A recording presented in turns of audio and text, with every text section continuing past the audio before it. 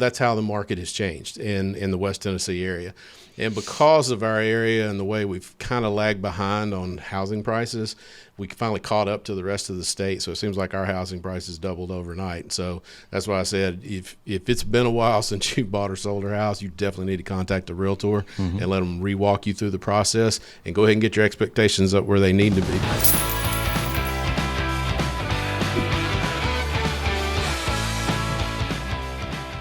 Hey, this is Shea. And this is Maddie, Welcome to the Pocket Change Podcast. where you'll learn better ways to spend, save, and invest and take control of your financial journey. So Maddie, on people's financial journey, home buying may be a part of that. And we're going to talk today about working with a real estate agent and why that's important. Yeah, and as someone who hasn't bought a house yet but would love to in the next couple of years, I'm really excited to talk about, how important a realtor is in sharing their knowledge with a home buyer. So we're talking to an expert today on that. That's right. So we're excited to welcome our guest today, Brent Ward, who is the CEO of CWTAR here in West Tennessee. So welcome to Pocket Change, Brent. Thank you so much. I'm happy to be here. So first, just tell us a little bit about yourself, and for our listeners who don't know what CWTAR stands for, can you just explain that, and then also what they do for realtors here in West Tennessee? So as you pointed out, my name is Brent Ward. I'm the CEO of Central West Tennessee Association of Realtors. It is a mouthful. So that's what CWTAR stands for. That's why we always condense it down to its much more shorter form. And we cover 9 counties in the Central West Tennessee area, river to river, Tennessee River to Mississippi River. There are only 4 associations on the West Tennessee side of the state. And once you get to Middle and East Tennessee, there's just associations everywhere. So we're pretty proud of that. We get along great with the other associations. As far as myself, I have been in the business for 27 years. I started out as a licensed realtor working with my parents who started a company, and I took over that company as the broker and then eventually the owner. So I owned and brokered my own company for a long time, certified instructor for the state of Tennessee, and this position opened up in 2014. I hired in on January the 1st, 2015. So I literally just started my 9th year into this spot. And I love what I do. This is great because when I was a broker of my own firm, I got to help the agents in my office, and now that I get to help all the agents rather than just the ones in my firm. Yeah. So Brent, what would be your advice for a first-time home buyer? Well, it's the same advice I give everybody all the time, pretty much, and you'll hear me say it probably multiple times. Check with 3 different realtors. I mean, a lot of people are like, well, can't you recommend anybody? No, I can't. I recommend everybody. But check with 3 because as a first-time home buyer, this is a huge step. And a lot of times first-time home buyers, they don't really know what they're getting into. They just know they like the idea of buying a house. They just don't know how it goes. So you need somebody that can explain that to you from start to finish and what to expect and what to look forward to. But the most important part is find somebody that you're comfortable with. There's a lot of great realtors out there, and some of them are top producers. And you got a lot of new ones that just started, and you need that person that's going to fit you the best. And it could be one of those or somewhere in the middle. But the main thing is being able to ask questions. Okay. Yeah. When I used to work with my parents, I'll never forget that my father's best friend listed his property. When his mother passed away, he listed his property with somebody else that he felt had more experience with farms. But yet he would always call my father and ask questions all the time. And eventually my father had to tell him, because as realtors, we operate under a code of ethics. I can't answer your questions. I mean, you didn't list your property with me. And he's like, well, the other agent's hard to get in touch with, and I don't like their answers. And sometimes, they're a bit intimidating. And so I'd rather just talk to you. And, of course, if you'd rather talk to him, you should have listed your property with him. It's the same thing with buyers. If you're looking to buy a house, get somebody that you're comfortable talking with, and that, when you ask them questions, you don't feel like that they're jumping down your throat or talking over you. Well, it's a huge transaction, so you definitely want to make sure. I mean, probably the biggest purchase most people make in their life. It is the biggest purchase most people make, and most of the time, the only thing they have to compare it to is buying a car, and they're totally different. Yeah, totally different. That's great advice, and it is important to feel safe around someone who has that much knowledge that they can give you, but they can't get that to you if you can't ask them questions. If you can't ask the questions, that's right. It's a partnership, so it's got to be both sides. Yeah. So, what should people look for in a realtor? Well, like I said, somebody that you feel comfortable with, their knowledge of the business in today's market and the way things are now, especially over the last couple of years when things were selling as fast as they could hit the market. You need somebody that's very comfortable in the market that you're looking to buy in. Like I mentioned, code of ethics. If you're dealing with an agent that's not familiar with your area, you could miss out on things.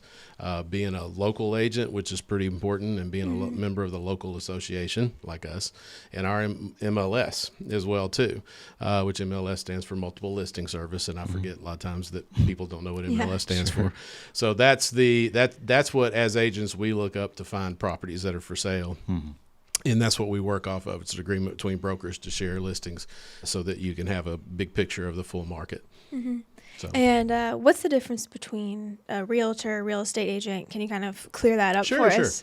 So everybody is a real estate agent, okay, in the state of Tennessee, and it varies from state to state. But in the state of Tennessee, you have to have a real estate license in order to practice real estate. But the next step is to become a realtor, and basically what that means is you're a member of the National Association of Realtors, which is the nation's largest trade organization with 1.5 million members, and we have a huge voice in Washington, and we're the only trade association out there that is actually looking out for homeowners' property rights. There's a lot of companies out there that have real estate that they advertise on their websites, this, that, and the other. We won't say any names, but they're there to make money. Okay, NAR is a trade organization. It's not there to make money. It's there to protect the homeowner, to protect the realtor, and to make sure that our government doesn't do something crazy and put some crazy thing in place that affects homeowners. And trust me, they come up a lot, just the off the wall stuff. So that's the difference between the two. And as I mentioned, realtors operate under a code of ethics that we have to follow, and we handle all those complaints and things internally within our organization. Yeah, that's a good distinction. And I think that's helpful for the home buyer to know that, and the homeowner to know that association's there to help protect their rights. And then for those that may not be a first-time home buyer, maybe a second or third-time home buyer, what are some things or your advice that you would give those families? Well, if you're a second or a third home buyer and or seller, I'll throw that one in there as well too. If it's been a little while, you might want to definitely contact a realtor and have them come out, especially if you own a property. So if you're a seller, have a realtor come out and take a look at your house and give you an estimate of where they think your house may sell for. They can't give you a value because they're not appraisers. If you want a value, you're going to have to contact an appraiser for that. And have them come out, because things are a lot different now than they were just 4 or 5 years ago. I did a HELOC on my own personal house a couple of years ago to do some renovations to the inside of the house. My wife and I decided if we were going to stay there, we were going to fix it up like we wanted. So did a HELOC on the house, and when I got the appraisal back, I about fell out of my chair because it was way more than I was expecting. But that's how the market has changed in the West Tennessee area. And because of our area and the way we've kind of lagged behind on housing prices, we finally caught up to the rest of the state. So it seems like our housing prices doubled overnight. So that's why I said, if it's been a while since you bought or sold your house, you definitely need to contact a realtor and let them re-walk you through the process, and go ahead and get your expectations up where they need to be. Because if you're thinking you're going to buy a house somewhere in the $100,000 range, well, good luck.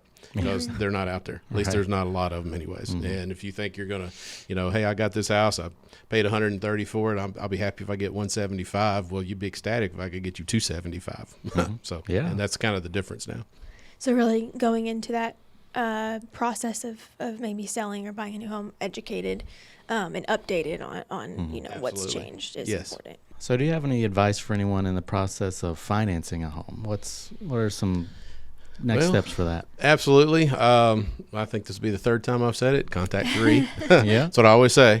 Contact 3. I always tell you to check with your local bank or your local credit union first, because if you're already banking or doing business with a credit union, they kind of like to keep your business. Absolutely. And so I would definitely check with them first.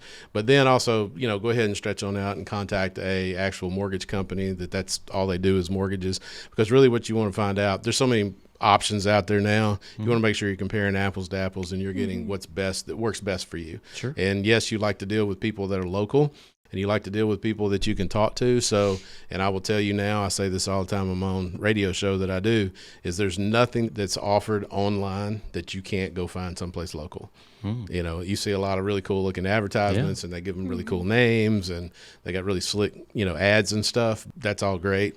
But working with somebody local where you can actually sit down across from them like we are right now and talk to them face to face means a lot more than picking up the phone and calling them and hope you get the same person every time you call. Right. Yeah. And in some of those cases, they're making the calls back to you over and over again, trying to get your business. Some of those larger national companies. But I think that's a great piece of advice, you know, just like you mentioned, having a conversation face to face like this, if that's what you're comfortable with. You want to talk to somebody about your largest transaction you'll ever make. I mean, you want to have that comfortability and that, you know, interaction with them. So absolutely, that's helpful. Yes.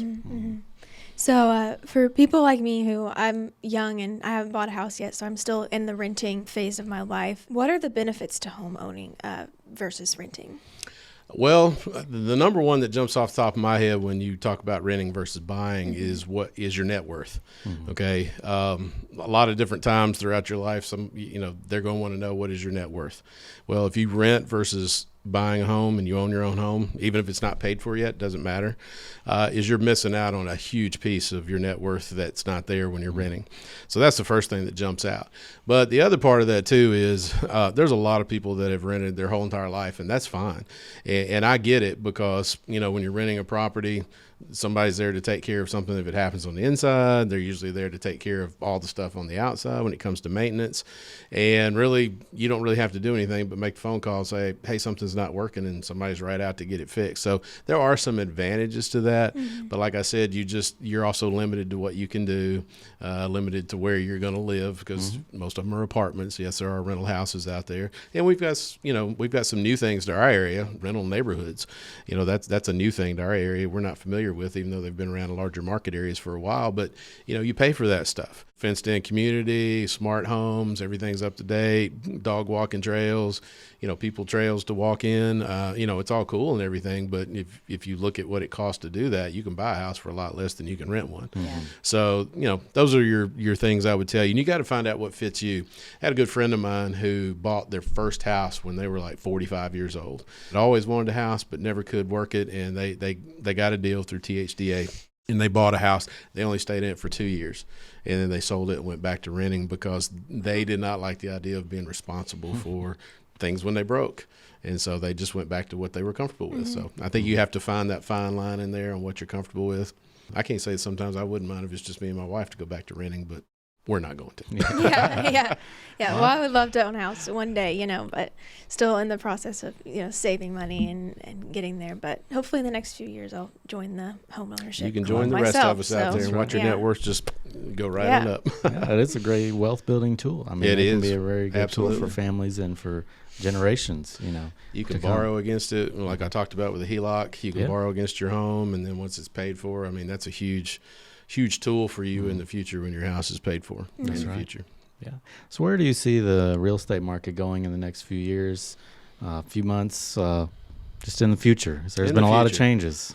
There's a lot of changes, and we're in a little bit of a different market where we are because of all of the going-ons with Blue Oval City. For listeners that aren't familiar, and I don't know how you wouldn't be, but Blue Oval City is the Ford plant that's going in between Jackson and Memphis and the Haywood area, and all the other businesses that are coming along with it to get them to that point. I think it'll be the world's largest car manufacturing plant, if my understanding is correct. So with that also brings a lot of jobs, a lot of people, and it's going to mean a lot of housing. In our Jackson market area, there are apartment complexes popping up everywhere. I mean, they're all over the place. And the other neighborhood I was talking about as well too, and it's not just Jackson, it's other areas. And of course, you can only build so many houses at one time, so builders are building them as fast as they can get the dirt turned over. So I think our market area, you're not going to see like a big lull in the real estate market, I don't think, anytime soon, as long as this keeps going ahead forward. Because demand is going to be so Demand high. is going to be there. You know, we're still short on our inventory. We've been short on inventory for a long, long time. I used to have those statistics memorized, but it's been a little while since I've looked at those. But, you know, nationwide, we're something like 1.8 million houses short from where we really need to be at this point in time. Wow. And I forgot how many houses they'd have to build and not stop for the next probably 10 years just to catch up with the current demand, not to count future demand that's coming. So, Right. and I know interest rates, they've been up and down, left and right, all over the place, and who knows what's going to happen next. It has slowed down a little bit, but it hasn't stopped. And for somebody that went through the 2008 recession when everything kind of just did stop. Now I wasn't around in the 80s when there was double digit, interest rates, but I can tell you that real estate still sold even when the interest rates were double digits, in the 80s. So yeah, you're just not going to stop it. It's kind of the backbone of what makes America what we are, and the dream of owning a home has always been the backbone of America. So, Well, we have one final question for you today. Sure. And it's a fun one. So Okay. if you had any extra change in your pocket, what would you do with it? Wow, extra change in my pocket. Now, are we talking about like real change, or we're talking about up-to-date change? Whatever you think Just is whatever. pocket Okay, change. we'll just say pocket change. So if Not I had enough some- to buy a house. Yeah, it's just well, pocket not change. that much pocket everything's so change. expensive now these days. So if I had any extra change in my pocket, probably my first results would probably think I'm just going to go grab me a cup of coffee or something somewhere, because that's what I like.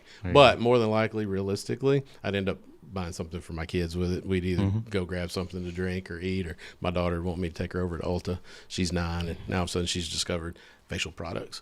And so, she's got a lot of that stuff. So yeah, that's what I'd do with it. I'd probably end up buying stuff for my kids with it. Yeah, that's a good answer. Thank you. Well, thanks so much for being on the podcast today, Brent. We really enjoyed having you, and this is Thank you. great, really helpful information for people. Thank you so much. I enjoyed being here. Thanks for tuning in to the Pocket Change Podcast. If you like this episode, make sure you leave us a review and subscribe, and check out our full episodes on YouTube, The Pocket Change Podcast is brought to you by Leaders Credit Union. where we power your passion and make lives better. Cha-ching! Leaders is federally insured by the NCUA Equal Housing Lender. Learn more at leaderscu.com.